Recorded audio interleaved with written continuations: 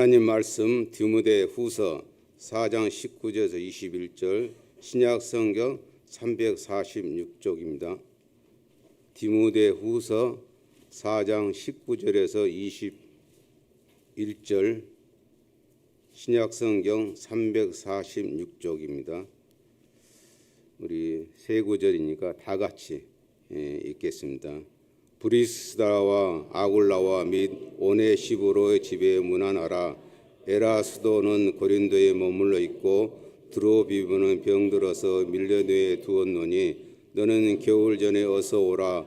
우블로와 부데와 니누와 글라우디와 모든 형제가 다 내게 문안하느니라. 아멘.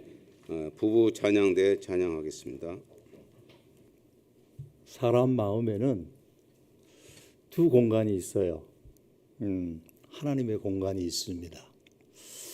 왜냐하면 하나님의 생기를 우리 안에 넣어두셨기 때문에 세상에 그 어떤 것을 채워도 만족이 안 돼요.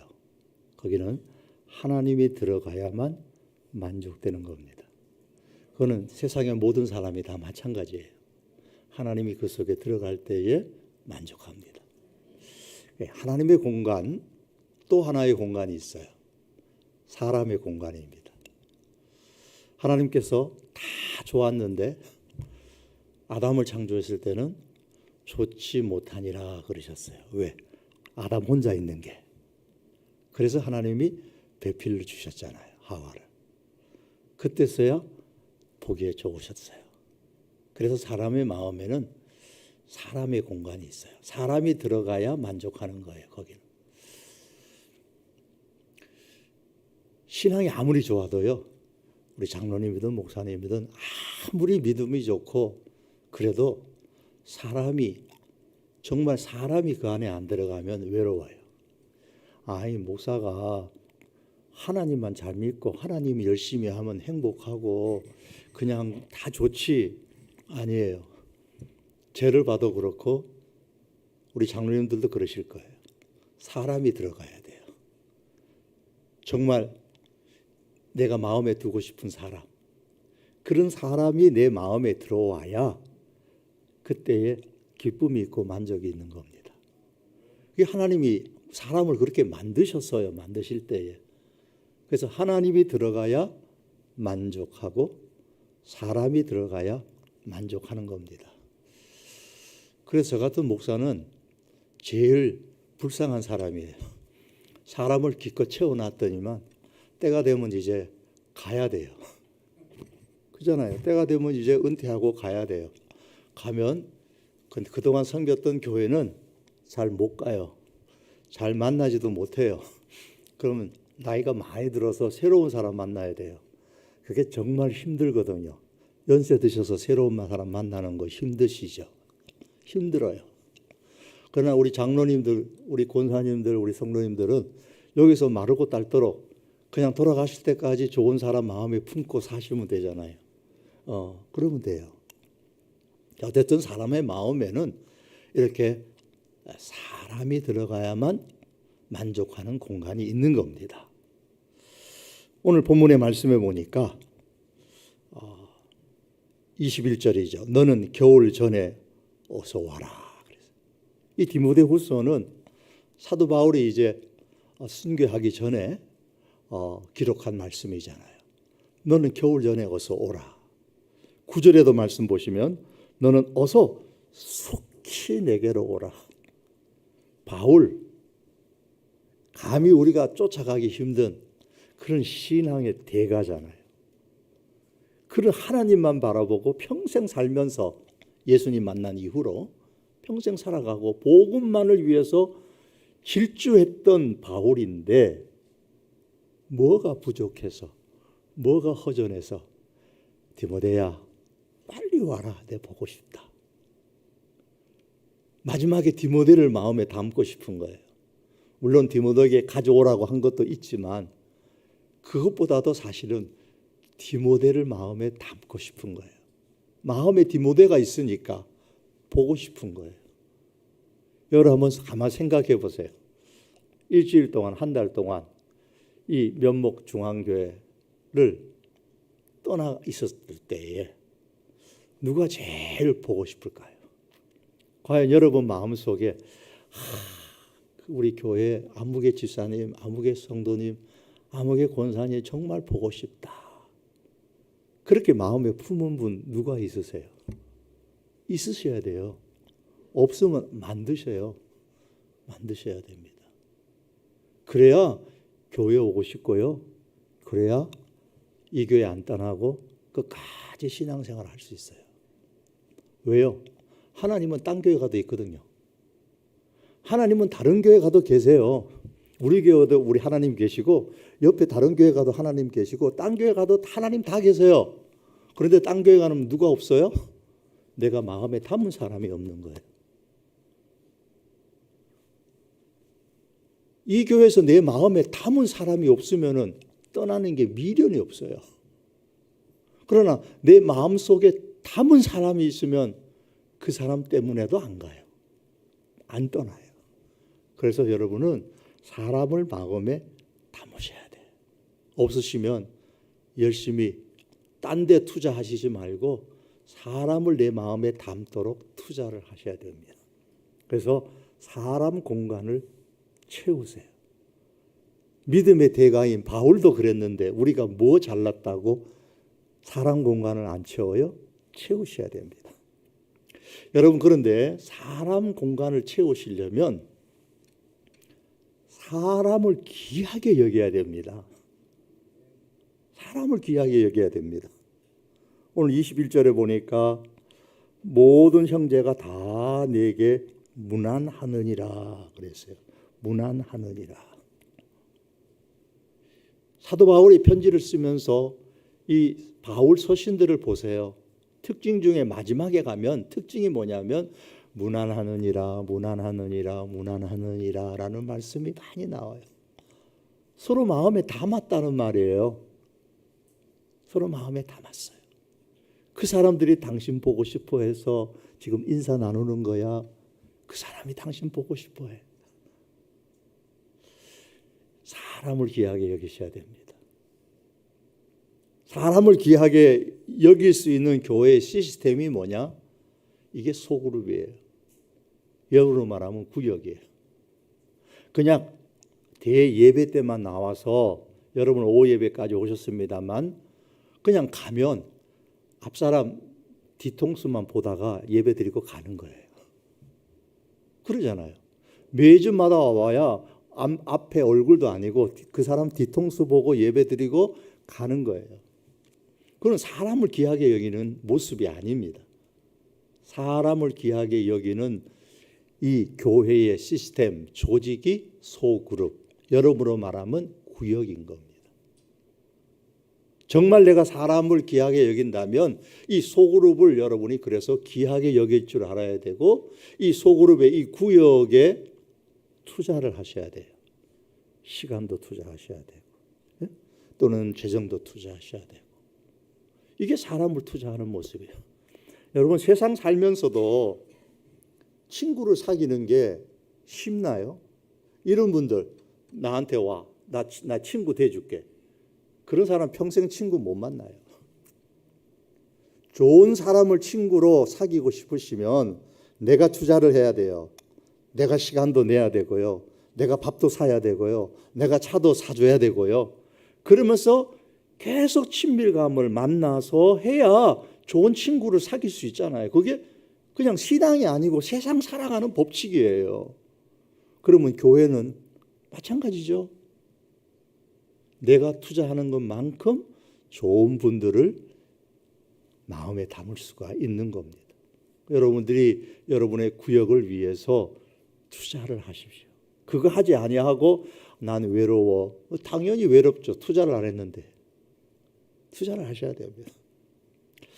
여러분 구역장인 권찰님은 사람을 귀하게 여기는 직분이에요. 사람이 귀찮으면 이 구역장 못해요. 권찰 못하세요. 특별히 누구예요? 보통 사람이 아니고 하나님의 사람을 귀히 여기는 직분이 구역장이고 권찰인 겁니다. 19절에 보시면은 브리스가와 아굴라 및 오네시보로의 집에 문안하라 그랬어요. 이 집이라는 말은 교회라는 거예요. 이 초대교회 당시에는 지금처럼 이렇게 건물을 지어놓고 예배당을 만들어 놓고 예배 드린 게 아니에요. 오늘날 같은 이런 예배당은 콘스탄틴 대제가 313년에 기독교를 공인한 이후부터 기독교 핍박이 끝나고 막 사람들이 이제 지하에서 막 위로 올라오면서 드러나면서 세워진 건물들이 지금과 같은 교회 건물이에요. 그러니까 과거에는 그냥 집집마다 초대교회 집집마다 그걸 자기 집으로 삼아서 예배를 드렸어요. 그런데 그 집에 들어가 봐야 저택이 몇 명 들어가겠어요? 큰 대저택이라 그래 봐야 몇 명 들어가겠어요? 뭐 300명 들어가요? 200명 들어가요? 그렇지는 않잖아요. 소수의 사람들이 집에서 모이고 그래서 여기서 브리스가와 아굴라 집, 오네시보로의 집, 골로새서 4장 15절에 보면 눈바와 그 여자의 집에 있는 교회에 문안해라. 집에 있는 교회. 집이 바로 교회예요. 여러분 구역 모임을 요즘 시대에는 집을 참 개방하기 싫어하잖아요. 그래서 집들이를 하도록 어디서 한다 그래요? 뭐 얼마나 집들이 한다 그러면은 밖에서 한다 그래요. 집들이 하러 가는데. 그 정도로 요즘 시대는 자기 집을 개방하는 것을 싫어하는 시대예요. 그러나 우리는 그걸 역류해 가지고요. 자신의 집을 개방하면서 구역의 모임의 장소로 만들어 가셔야 됩니다. 그래서 하나님께 기도하세요. 하나님, 우리 집을 구역 장소로 가정에 있는 교회로 만들 수 있도록 하나님 우리 집을 좀 만들어 주세요. 하나님 보세요. 우리 집 지금 들어와 봐야 2사람 3사람밖에 못 들어와요. 한 10사람 들어오려면 이 집보다는 좀 커야 되겠는데요. 그렇게 기도하셔야 돼요. 집만 그냥 크게 해달라고 하지 마시고. 빌레몬서 1장 2절에도 내 집에 있는 교회에 편지하노라. 빌레몬의 집이 교회란 말이에요. 누가 그러면 이 소그룹의 리더가 될 수 있을까? 자, 저희는 첫 번에는 사람을 귀하게 여기라 그랬어요. 우리 구역장님들, 권장님들 특별히 사람을 귀하게 여기시고 거기에 투자를 하십시오. 그 다음에 가치를 아셔야 돼요. 가치를 아는 사람은요, 그 가치가 있는 것에 자기 생명까지도 바쳐요. 마태복음 13장에 보면 예수님께서 하나님 나라에 대한 비유를 쭉 많이 말씀하시는데 그 중에 하나가 밭에 감추인 보화 비유를 해주셨어요. 하나님의 나라는 그러면서 밭에 감추인 보화 비유였어요. 자, 물어보겠습니다. 자, 농부가 땅에 보화가 감추어져 있는, 보화가 묻혀져 있는 것을 발견했습니다. 그리고 자기 집에 가서 어떻게 했다 그랬어요? 자기의 소유를 다 팔아서 그 밭을 샀다 그랬어요. 그 밭에, 그 밑에 보화가 감추인 것을 몰랐으면 자기 소유를 다 갖다 팔겠어요? 어림도 없죠. 왜 그랬어요, 그러면? 왜 다 팔았어요? 그 밭에, 그 땅에 가치를 알았기 때문에. 남들은 몰라요. 근데 자기는 알아요. 그 땅의 가치. 이 땅 내가 주인 되면 이 보화는 내 거다. 천국은 마치 밭에 감추인 보화와 같으니 자기의 소유를 다 팔아 그 밭을 샀느니라. 가치를 아는 사람은요, 이렇게 아끼지 않아요. 자기를 희생해요. 자기의 소유를 다 팔아서 밭을 살 정도로 희생을 해요. 그러나 사실은 그게 희생이 아니에요. 왜요? 자기가 판 것보다 그 밭에 감추인 게 더 큰 가치가 있으니까, 그걸 아니까 자기 소유를 다 파는 거죠. 그러니 결코 희생한 게 아니에요. 더 얻은 거지. 더 얻은 거예요. 여러분, 이 구역의 가치를 여러분이 아셔야 돼요.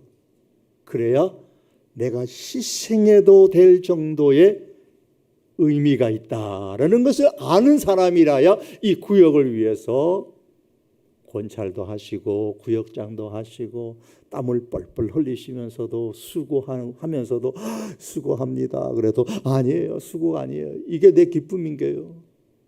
이게 내 복인데요. 그러면서 봉사하는 겁니다. 여러분 이 구역의 가치를 알 수 있기를 바랍니다. 두 번째는요. 또 하나. 훈련받은 사람이어야 돼요. 아무나 하면 안 돼요. 여러분 축구장에는 두 종류의 사람이 있잖아요. 누가 있어요? 선수하고 감독도 다 포함시킵시다. 관중도 있죠. 축구장에 관중이 되는 것과 선수가 되는 것의 차이는 뭐예요? 관중은 구경해서 즐기고 선수는 뛰어서 기쁘고 즐기고. 여러분은 교회 다니시면서 구경하면서 즐기실래요? 뛰면서 기쁘실래요? 그거 결정하셔야 됩니다.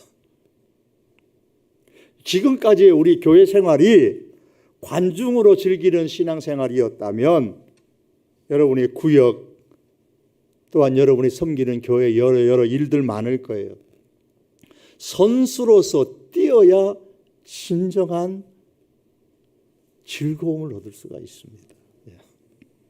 그런데 관중이 선수가 되려면 저절로 되나요? 야, 저 선수 너무 못하네. 내가 대신 할게. 그런다고 선수 시켜주나요? 아니잖아요. 선수가 되려면 훈련을 받아야 돼요. 자격이 있어야 되잖아요. 훈련을 받고 자격이 있어야 선수를 시켜주죠. 관중의 자세로는 결코 선수가 될 수 없습니다. 어느 날 갑자기 나도 구역장 할래요. 그건요, 관중이 선수가 되겠어요 하고 똑같아요. 훈련이 돼야 됩니다. 훈련이. 관중의 자세와 선수의 자세는 분명히 달라야 되고요. 관중과 선수의 생각하는 것도 달라야 되고요. 이 모든 것은 훈련을 통해서 이루어지는 거예요. 저는 이 우리 면목중앙교회가 구역장님들과 우리 권찰님들이 되기 위한 과정에 어떤 훈련이 있는지는 모르겠습니다만 꼭 목사님을 통해서 광고가 나가면 훈련을 받으십시오. 기꺼이 받으십시오. 왜? 가치 있는 일이에요. 가치 있는 일이니까. 사람을 귀하게 여기는 직분이니까 기꺼이 훈련을 받으시고 면목중앙교회 여기는 다 나도 구역장 할래요. 나도 권찰 할래요. 이런 훈련 받는 사람들이 많아지기를 바랍니다. 초대교회가요. 핍박을 받으면서도 그 교회가 기독교가 단절되지 않았던 이유는 교회가 소그룹으로 형성되어졌기 때문이에요. 제가 아까 말씀드린 것처럼 집에서 집으로. 베드로가 설교했을 때 몇 명이 늘어났다고요? 3,000명 남자만. 또 5,000명 남자만. 요즘 같으면 3,000명, 5,000명 다 수용하려면 교회가 얼마나 커야 돼요? 그 당시에 그런 거 없었잖아요. 5,000명, 3,000명 수용할 교회도 없었고요. 당시에 예루살렘 교회는 초창기에는 그래도 예루살렘 성전의 마당에 모여갖고 예배라도 자기들이 모여서 드릴 수 있었지만 이제 유대교와의 갈등이 생긴 이후에는 거기조차도 사용할 수 없었어요. 그러니 그만한 인원이 모일 장소가 어디 있어요? 예루살렘 전역에 흩어지면서 집집마다 모여서 예배를 드리는 겁니다. 자, 그렇게 해가지고 초대교회가 부흥하고 부흥했습니다. 그런데 기독교가 공인된 이후로부터 콘스탄틴 대제 이후에 기독교가 공인된 이후로부터 교회 건물이 세워지면서 사람들이 교회로 이제 예배당으로 모이기 시작했습니다. 지상으로 올라오면서 예배당으로 막 모여서 오늘날 같이 주일 되면 예배당으로 모이는 것처럼 막 모이기 시작했습니다. 그러면서 뭐가 없어졌느냐? 소그룹 모임이 없어지는 거예요. 소그룹으로 모이던 집에서 모일 필요성을 못 느끼는 거예요. 그러니까 이제는 예배당에만 모이는 거예요. 예배당에만. 사람들이 어떠한 건물에 갑니다. 한 주일 동안 있었던 특별한 날에만 건물로 갑니다. 그러면 건물에 가면 무슨 일이 있어요? 그 당시 어떤 사제나 요즘은 많은 목사가 혼자서 앞에서 설교를 합니다. 가르칩니다. 그리고 집에 갑니다. 그게 끝이야. 그게 중세교회 시대입니다. 그러면서 이 초대 교회의 핍박 속에서도 교회를 왕성하게 만들었던 그 소그룹으로 집에서 모이는 모임들은 싹 사라지게 된 거예요. 자, 우리 예수님께서 이 땅에서 목양하실 때에 잘 보세요. 소그룹이 몇 명이었어요? 12명의 제자들이 있었잖아요. 어딜 가든지 12명의 제자들이 함께 소그룹을 했어요. 그 예수님이 그것만 하셨나요? 아니에요. 많은 무리들 예수님을 따라다니고 그들에게도 예수님 복음을 증거하셨어요. 예수님은 이렇게 소그룹과 대그룹을 함께 목양을 하셨어요. 그걸 제자들이 잘 눈여겨봤거든요. 3년 동안. 그래서 그들도 교회가 세워졌을 때에 처음 시작한 것이 바로 소그룹인 거예요. 집집마다 모이면서. 여러분, 오늘날에 이 소그룹이 없어지게 되면 어떻게 되는 줄 아세요? 소비자 신앙의 교인들이 점점 늘어나게 됩니다. 소비자의 특징이 뭐예요? 자, 예를 들어 봅시다. 여기서 우리 대형마트가 뭐가 있어요? 뭐 이마트, 뭐 지금은 다시 시작했다는 홈플러스 등등, 뭐 롯데마트처럼 대형마트가 이 근처에 뭐가 있나요? 홈플러스요? 다시 시작했나요? 이제? 아직 여기는 시작 안 했나요? 여러분, 이마트가 있다고 합시다. 자, 이마트에 제가 갔는데 뭔가 좀 이렇게 자리 배치가 마음에 안 들어요. 물건 배치가 잘 마음에 안 들어요. 그럼 여러분들은 여기 매니저 오라 그래. 매니저 오라 그래. 그래 올라가고 이 자리 배치가 물건 배치가 왜 이래요? 하고 따집니까? 아니면 다음에 다른 마트로 갑니까? 그게 소비자예요. 그게 소비자라고요. 소비자의 특징은 그 단체에 대해서 관심 별로 없어요. 자기한테 관심이 있지. 자기 마음에 안 들면 이거 고치세요, 저거 고치세요 이런 얘기 안 해요. 그냥 딴 데 가버리지. 뭐 여기만 있나 딴 데 가면 되지. 이게 소비자의 특징이고 교회 안에도 소비자 신앙의 교인들이 점점 양상되는 겁니다. 그러면 교회가요 힘이 없어요. 힘이 없는 교회가 되는 거예요. 이 소비자 신앙을 갖춘 이 교인들을 하나님의 군대 예수 그리스도의 군사로 만들어 주는 것이 바로 이 구역이에요, 여러분들. 그 속에서 얼굴과 얼굴을 맞대고 서로의 이름도 알고 가정의 형편도 알고 위에서 같이 기도도 해주는 그 속에서 교회가 결집력을 가지고 힘을 얻어서 힘 있는 교회, 강한 교회, 그리스도의 군사와 같은 그런 교회가 될 수가 있는 겁니다. 중세교회가 그렇게 흘러오다가 근대에 오면서 개혁자들이 깨닫기 시작했어요. 우리가 뭔가 하나 놓쳤다, 잃어버렸다. 그래서 요한 웨슬러 같은 분들은 반이라는 밴드라는 것을 만들었어요. 감리교에서는 이게 한국에 들어오면서 그게 속회라 그렇게 불려졌고요. 우리 장로교가 가지고 들어오면서는 이게 구역이라고 붙여진 거예요. 구역이라고 붙여진 겁니다. 이걸 근대 교회가 종교 개혁을 하면서 중세 때에 없어졌던 것을 다시 회복시키는 거예요. 대그룹으로서의 예배를 드리는 것 그것만 갖고는 안 된다. 우리가 잃어버렸던 초대교회의 이 소그룹을 회복해야 된다. 그래서 소그룹 운동이 왕성하게 일어났던 겁니다. 그 당시에 이제 그것이 증거되고 전달되며 한국에 오는 선교사들이 속회를 가지고 오고 구역을 가지고 와서 우리 한국교회가 사실은 초창기에 이런 구역, 속회 왕성했어요. 우리 여기 연세 많이 드신 어르신들 구역 예배 기억하시죠?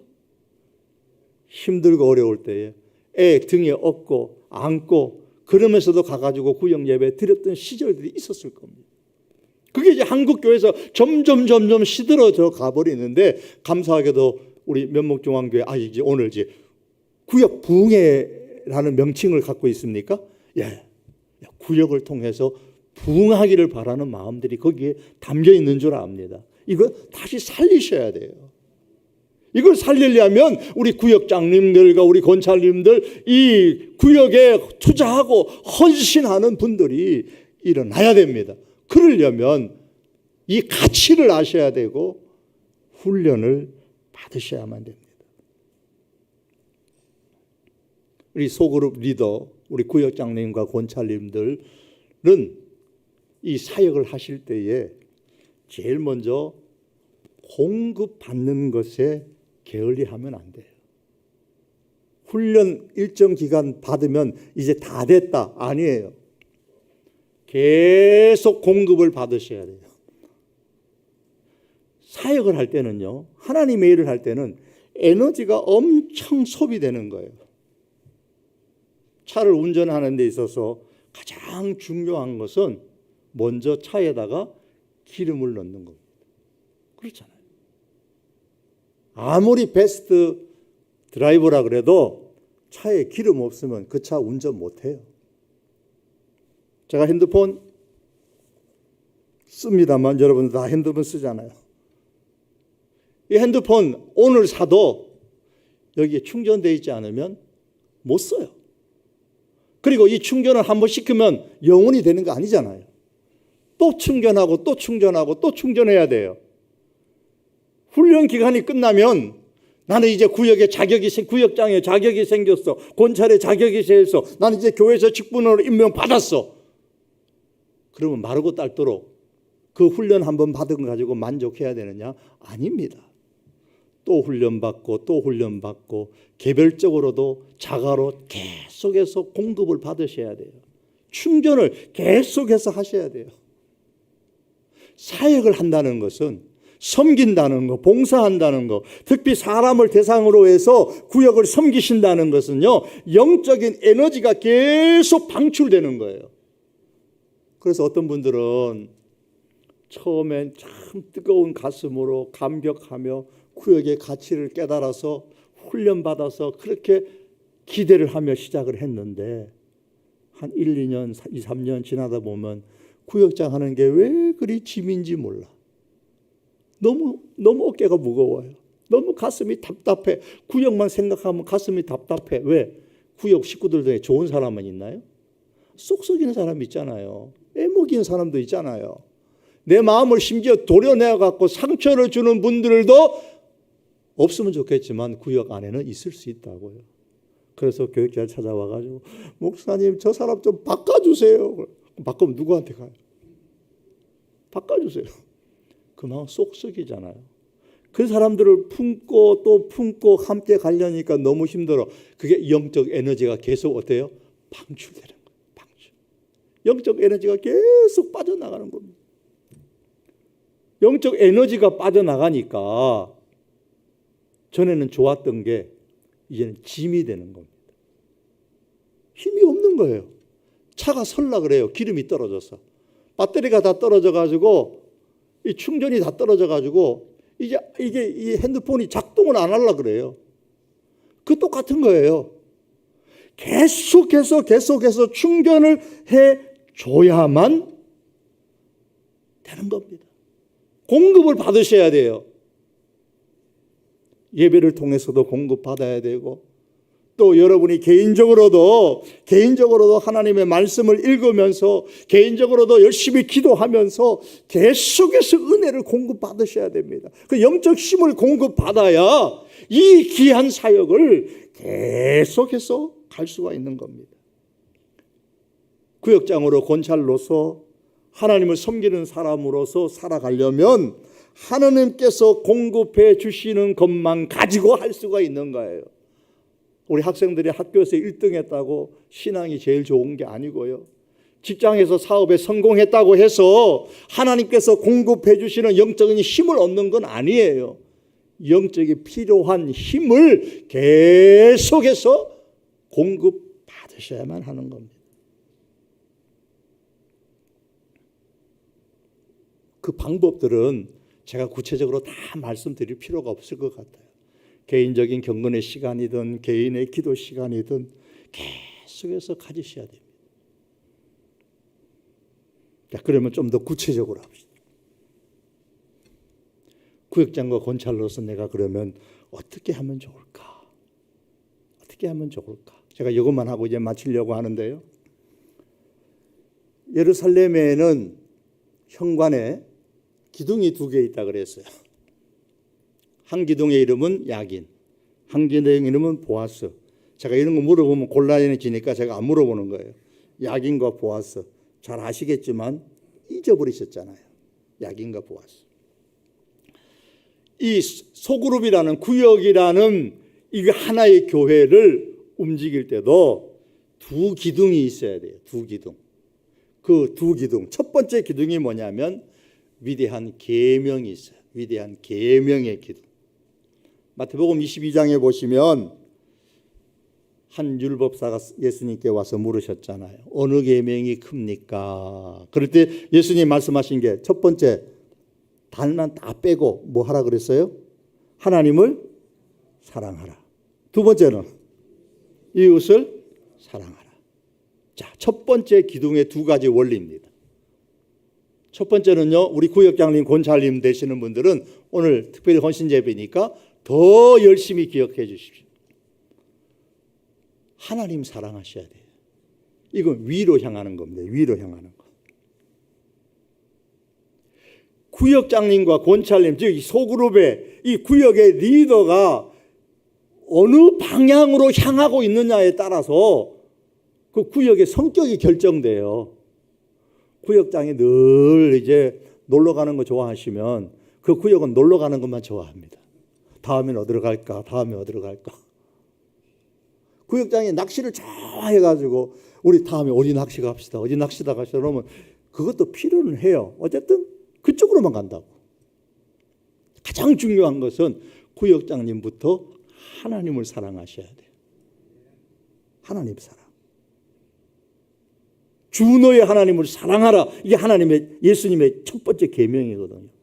하나님 사랑해. 그러면 하나님 사랑하려면 내가 구역장이 어떻게 행동해야 되는가? 그건 이제 구체적으로 설명 안 드려도 여러분 목사님을 통해서 잘 배우셨을 거예요. 그거 하시면 하나님 사랑하는 구체적인 것을 행동으로 옮기시면 구역원들이 봐요. 아, 우리 구역장님 하나님 사랑한다. 우리한테 그냥 입만 열면 하나님 사랑하자고 한다. 그러면 저절로 가랑비에 옷 젖듯이 그 구역원들의 마음에도 하나님 사랑하는 마음이 생겨요. 내가 하나님 사랑하면 내가 이렇게 해야지. 하나님 사랑하는 구역장님이 이렇게 하니까 나도 저렇게 해야지. 그래서 여러분의 구역이 첫 번째는 하나님을 사랑하는 위로 향해야 됩니다. 위로 향해야 돼요. 2 번째는 이웃을 사랑하라 그랬죠? 이건 사람을 사랑하라. 사람. 이건 안으로 사랑해. 안으로. 구역의 식구들이 서로 사랑하고 서로를 더 깊이 알아가는 거예요. 이게 사람 사랑인 겁니다. 호박에다가 줄을 그으면 수박이 되나요? 안 되나요? 호박에 아무리 줄 그어봐야 수박 안 됩니다.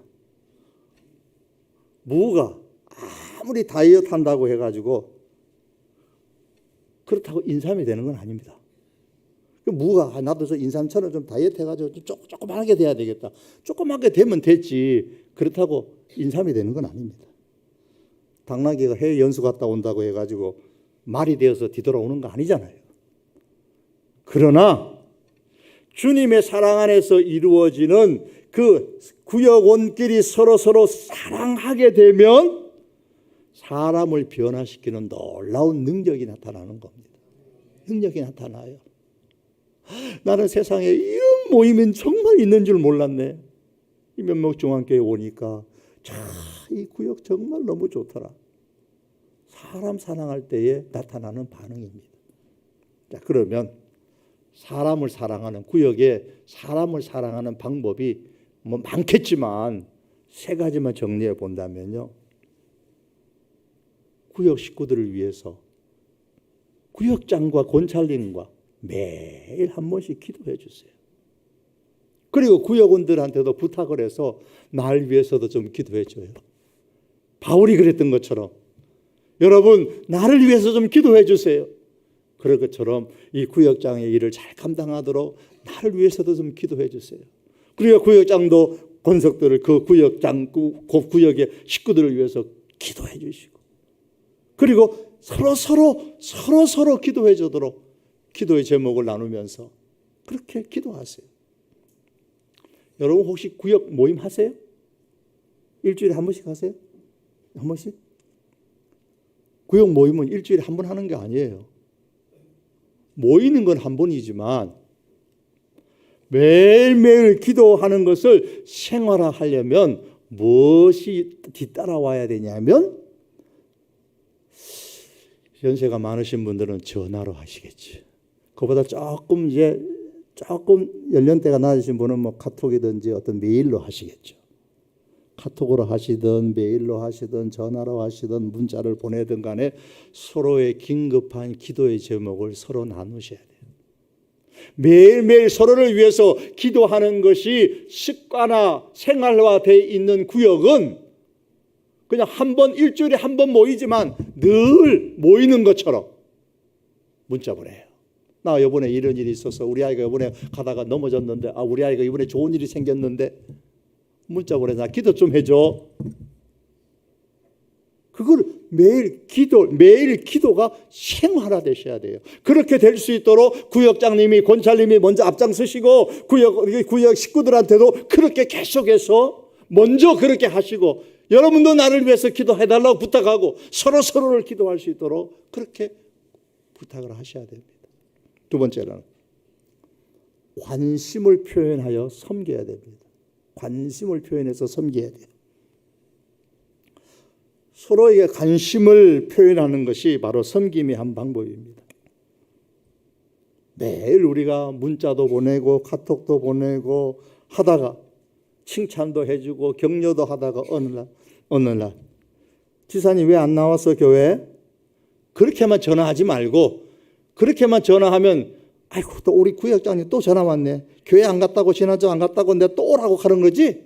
그럴 거예요. 그럴 때만 전화하지 마시고 지사님 오늘 지사님 보고 싶은데 내가 차 한잔 했으면 좋겠는데 어디 카페로 올래요? 내가 차 한잔 대접할게요. 이게 관심이에요. 관심. 야 우리 구역장님이 무뚝뚝한 줄 알았는데 나 만나자 그러고 차 마시자 그러네. 와 나한테 관심이 있으시네. 관심을 표현하셔야 돼요. 그리고 형편이 되면 몇 달에 한 번씩이라도 구역 식구들 1대1로 만나가지고 우리 같이 밥 한번 먹자고. 밥 한번 먹자고. 여러분 한번 여쭤볼게요. 차 마시는 사람하고 밥 먹는 사람하고 따로 구별이 되어 있나요? 그런 구별이 없으시나요? 구별이 없어요? 저는 차만 마시는 사람도 있고 밥도 같이 먹는 사람도 있어요. 모든 사람하고 다 같이 밥 안 먹어요. 어떤 사람은 차만 같이 마셔요. 어떤 사람은 우리 밥 먹자 그래요. 오늘 우리 양 목사님께서 끝나고 밥 먹재요. 너무 감사해요. 차 마시면요. 차 마시는 만큼의 관계가 형성되고요. 밥을 같이 먹으면 밥을 같이 맞는 만큼의 관계가 형성이 돼요. 그건 여러분 다 똑같을 겁니다. 저 사람하고는 차는 마신까지는 좋은데 밥 같이 먹는 건 좀 그래. 그런 분이 있을 수 있어요. 가끔씩은 전화하셔갖고 차만 마시지 말고 주머니 형편이 갑작스럽게 막 꽁돈이 생길 것 같다. 그런 날이 있으면 혼자 쓰지 마시고 야 우리 밥 한번 같이 먹자. 보너스 받았을 때에 우리 밥 한번 같이 먹자. 구역 식구들 그러면요. 구역 모임 나오지 마라 그래도 나와요. 하지 마라. 내가 밥 얻어 먹었는데, 내가 차까지 얻어 먹었는데, 우리 교육장님 모이는데 내가 안 가면 어떻게 되나? 이게 관심을 표현하여서 섬기는 겁니다. 그게 투자예요. 제가 서두에 말씀드린 것처럼 그거 하셔야 됩니다. 세 번째는요. 그게 만남을 통해 가지고 밥만 먹나요? 거기서 얘기를 나누잖아요. 차만 마시나요? 거기서 대화가 되잖아요. 지사님, 지난 주일에 보니까 얼굴이 조금 어두운 것 같았었는데 내가 잘못 봤나? 혹시 무슨 일이 있으세요? 차 마시면서 그런 대화하면 얼마나 좋아요. 야, 우리 구역장님이 교회 와서 예배만 드릴 줄 알았더니 내 표정 얼굴까지 다 살피고 관심을 갖네. 여러분 물어봅시다. 이런 구역장님 여러분 구역에 계시면 좋겠죠? 싫어요? 싫어요? 좋잖아요. 그런 구역장님 되세요. 그런 구역장님. 이게 안으로 사랑하는 거예요. 이게 안으로 사랑하는 겁니다. 말로만 아니고 진짜 안으로 내 이웃을 내 몸같이 사람을 사랑하는 안으로 하는 사랑이에요. 이게 위대한 계명. 위로 향하라, 안으로 향하라. 두 번째 또 하나의 기둥이 있습니다. 이게 야긴의 기둥이라면 보아스의 기둥이 또 하나 있어요. 그것은 예수님의 위대한 명령입니다. 위대한 명령. 마태복음 28장의 말씀이죠. 자, 28장 너무나 잘 아니까. 너희는 가서 모든 민족을 제자로 삼으라 그랬어요. 제자로 삼으라. 제자 삼으라 그랬어요. 자, 여기서 이 마태복음 28장의 이 19절 20절의 말씀, 너희는 가서 모든 민족을 제자로 삼아 아버지 아들과 성령의 이름으로 세례를 베풀고 내가 너희에게 분부한 모든 것을 가르쳐 지키게 하라라는 이 말씀은요, 사실은 주 동사가 두 개예요. 두 개. 너희는 가서 가라라는 동사 하나가, 나머지 하나는 제자를 삼으라라는 데예요.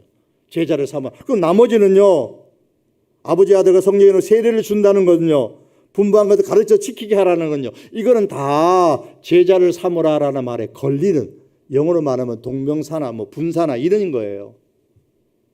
세례를 베풀어서 제자를 삼고, 가르쳐서 제자 삼고, 지키게 해서 제자 삼으라 그 말입니다.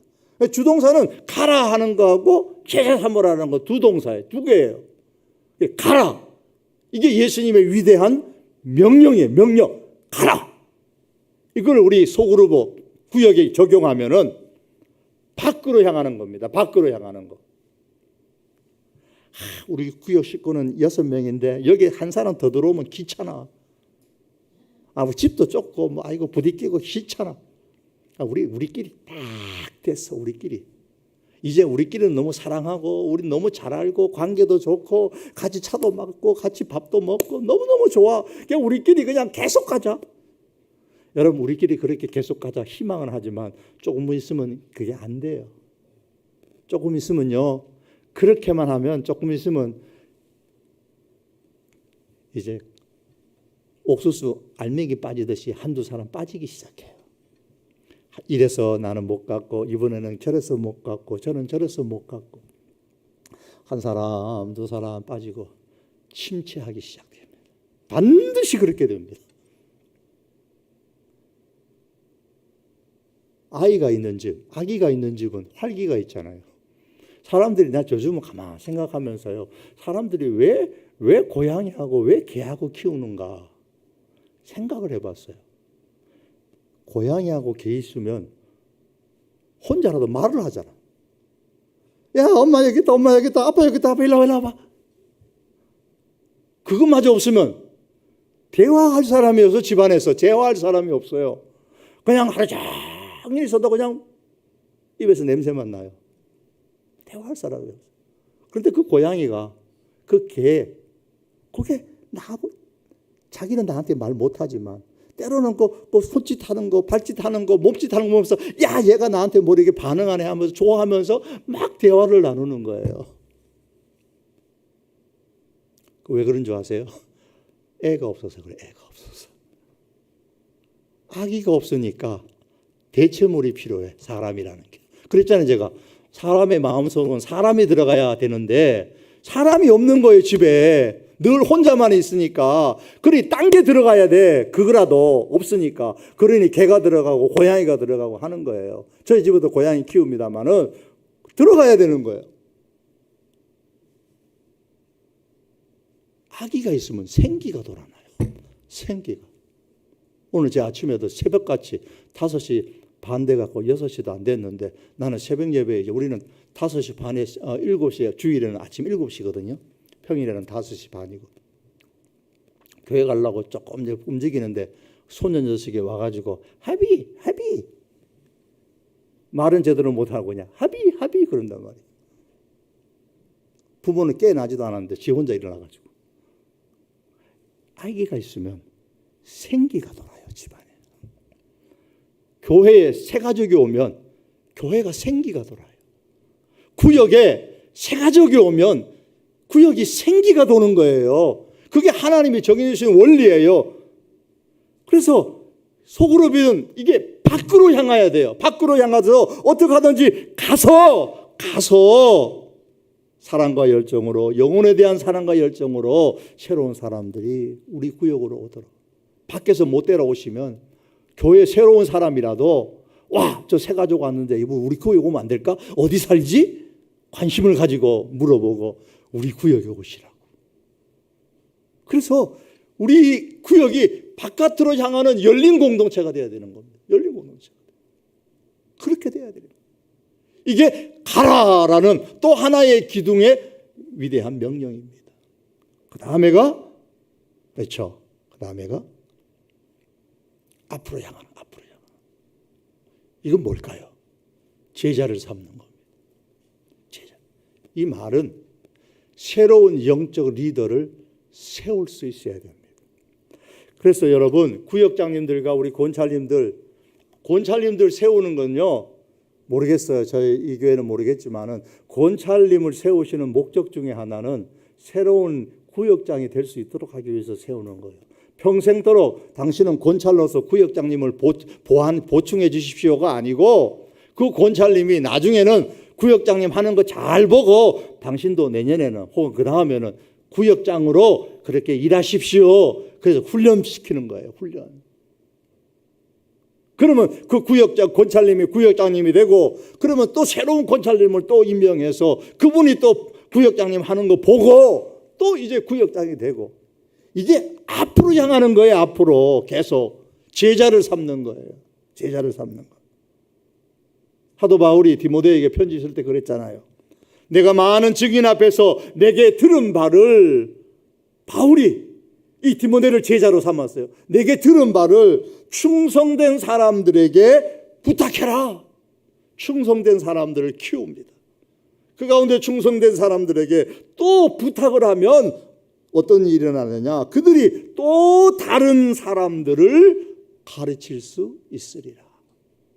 바울이 디모데가 또 충성된 사람을 만들고 충성된 사람들이 또 다른 사람들을 제자를 세우고 구역장이 권찰을 잘 섬겨서 그 권찰님이 구역장님이 되시고 또 새로운 권찰님이 또 세워지면 그분을 또 구역장님으로 세우고 이게 계속 반복되어졌을 때에 앞으로 계속 나가는 겁니다.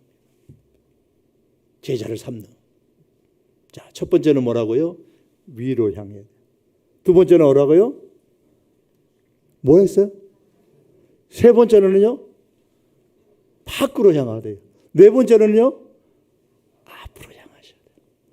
이 역할을 여러분 구역장님 마음에 꼭 새기시고 가슴에 새기시고 머리에 담고 우리 구역을 내가 이렇게 만들어 가겠다. 우리 구역 헌신예배를 넣으면서 구체적으로 여러분 마음에 담으시기를 바랍니다.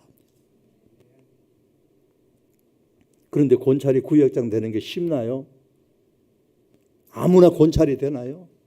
그러기 위해서 새로운 구역장이 될 수 있도록 계속해서 권속 위해서 일주일에 한 번만 기도하는데 그때는 구역장님은 권찰을 위해서 2번, 3번 기도하세요.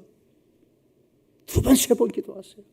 그리고 권찰님과는 한 번만 차 마시지 말고 두 번, 세 번 마시면서 구역장의 이 비전에 대해서 함께 나누세요. 이 구역이 얼마나 소중한 건지, 하나님의 사람을 이렇게 신앙으로 양육하는 것이 얼마나 가치 있는 것인지 구역장님이 입이 마르도록 권찰님들에게 말씀을 나누세요. 이게 비전을 심겨주는 겁니다. 그리고 구역장님이 조금씩 권찰님들이 인도할 수 있도록 이번에는 권찰님이 한번 전화 연락해 주실래요? 부탁도 하셔서 섬길 수 있는 기회도 한번 만들어주고요. 이번에는 우리 권찰님 주에서 한번 모임을 가지면 어떨까요? 기회도 만들어주면서 섬길 수 있는 기회를 만들어주시기를 바랍니다. 그래서 앞으로 나아가는 그런 구역이 꼭 되기를 바랍니다. 이제 말씀을 맺겠습니다. 우리의 마음에 하나님을 채우는 공간은 여러분이 너무나 잘 아세요. 이제 사람 공간을 채우십시오. 사람 공간을 채우시려면 사람을 귀하게 여기셔야 되고, 사람을 귀하게 여기는 교회의 조직은 소그룹, 작은 숫자가 모이는 구역과 같은 거예요. 이 소그룹의 리더인 구역장님과 권찰님들은 바로 사람, 하나님의 사람, 영혼을 살리는 사역입니다. 얼마나 귀합니까? 영혼을 살리는 사역이에요. 이러한 기본적인 자세를 가지고 내가 구역장이 되겠다, 권찰이 되겠다 다짐하시고요. 자, 이러한 리더가 되기를 원하신다면, 구역장과 권찰이 되기를 원하실 때는 훈련받는 것 인색하게 여기지 마십시오. 그리고 이 소그룹의 구역의 가치를 마음에 담으셔야 됩니다. 소중하게 여기십시오. 사람을 살리는 조직이에요. 영혼을 살리는 조직이에요. 귀하게 여기십시오. 그리고 한번 훈련받는 것으로 만족하지 마시고 계속해서 개인적으로든 공동체적으로든 공급받아 영적 에너지를 충전시키는 것, 여기에 계속 끊임없이 힘쓸 수 있기를 바랍니다. 자, 이로 통해서 우리 모든 이 면목중앙교회 리더 권찰님들은 위로 향하고 안으로 향하고 밖으로 향하고 앞으로 향하는 그러한 구역의 사명 잘 감당하셔서 좋은 소식이 계속해서 이 서울 장안에 퍼져나가는 그런 우리 면목중앙교회 되시기를 주님의 이름으로 축복합니다.